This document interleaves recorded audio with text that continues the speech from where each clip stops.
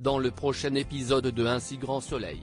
Tandis qu'Elliot va devoir se livrer aux autorités, Claire peine à se remettre du départ de Kira. Attention, les paragraphes qui suivent contiennent des spoilers sur l'épisode d'Un si grand soleil diffusé demain soir sur France 2.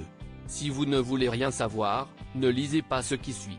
Vendredi 22 mars dans Un si grand soleil. Elliot va devoir se livrer aux autorités dans la matinée. Eve demande à Manu si les preuves d'Elliot sont suffisantes pour incriminer Bernier.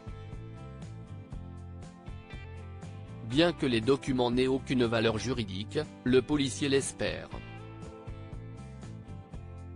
De son côté, Ludo appelle Mark Moore et lui raconte en détail la perquisition qui a eu lieu chez les Chalons. Avant d'écrire un article, le journaliste rencontre le procureur Bernier pour le questionner sur les motivations de cette perquisition. Bien évidemment, le procureur refuse de répondre à ces questions et menace même de le faire arrêter pour outrage à magistrat s'il continue de l'embêter.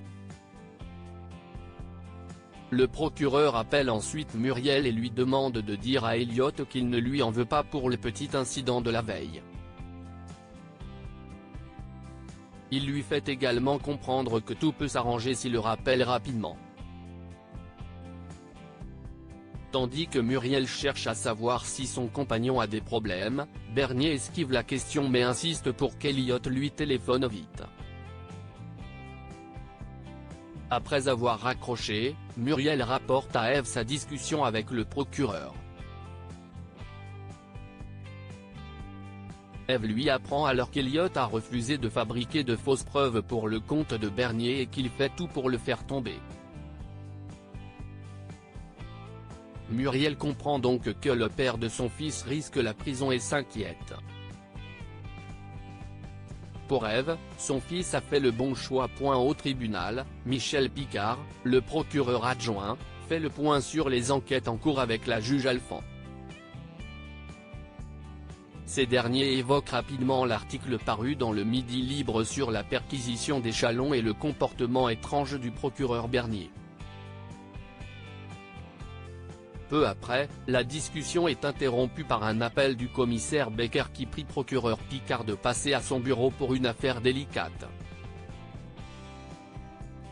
En parallèle, William et Ludo se posent des questions sur la disparition d'Elliot.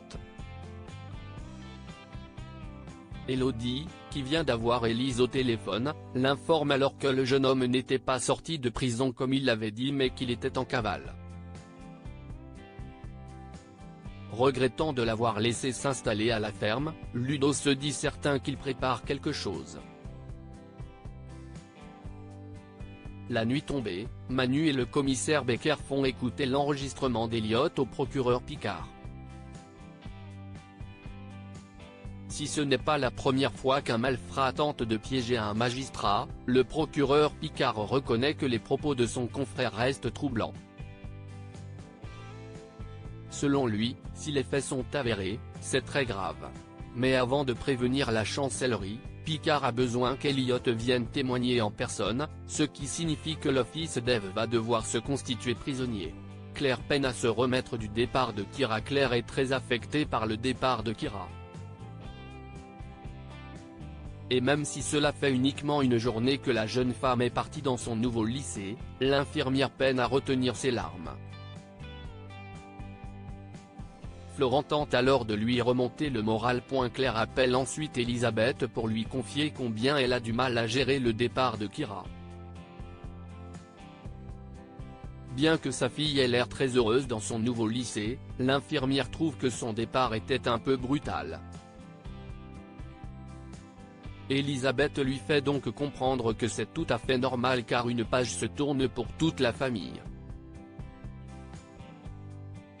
Claire profite également de cette discussion pour prendre des nouvelles d'Alain. Malheureusement, Elisabeth répond qu'ils ne vivent pas une bonne période et qu'ils n'arrivent plus à se parler ni à se comprendre. Comme ils forment un couple solide, Claire est convaincue que les choses finiront par s'arranger. De son côté, Florent évoque avec Johanna le départ de Kira. Désormais sans enfant à la maison, l'avocat se voit comme un couple de retraités. Johanna, qui y voit plutôt le moyen pour eux de profiter de leur vie de couple, conseille à son collègue de partir pour un week-end dans Thalasso. Au lycée, les rapports sont toujours tendus entre Louis et Thaïs. Sur les conseils de ses amis, la jeune femme propose à Louis de les accompagner faire un bowling, ce qu'il accepte avec plaisir. En effet, Thaïs a finalement compris que cette histoire ne concernait que Louis et Kira. Et si quelqu'un doit en vouloir à Louis, c'est Kira. En fin de journée, Florent rentre à la maison et retrouve Claire en pleurs dans la chambre de Kira. Cette dernière reconnaît alors qu'elle n'arrive pas à se remettre du départ de leur fille. Pour lui remonter le moral, Florent l'invite à passer le week-end en amoureux.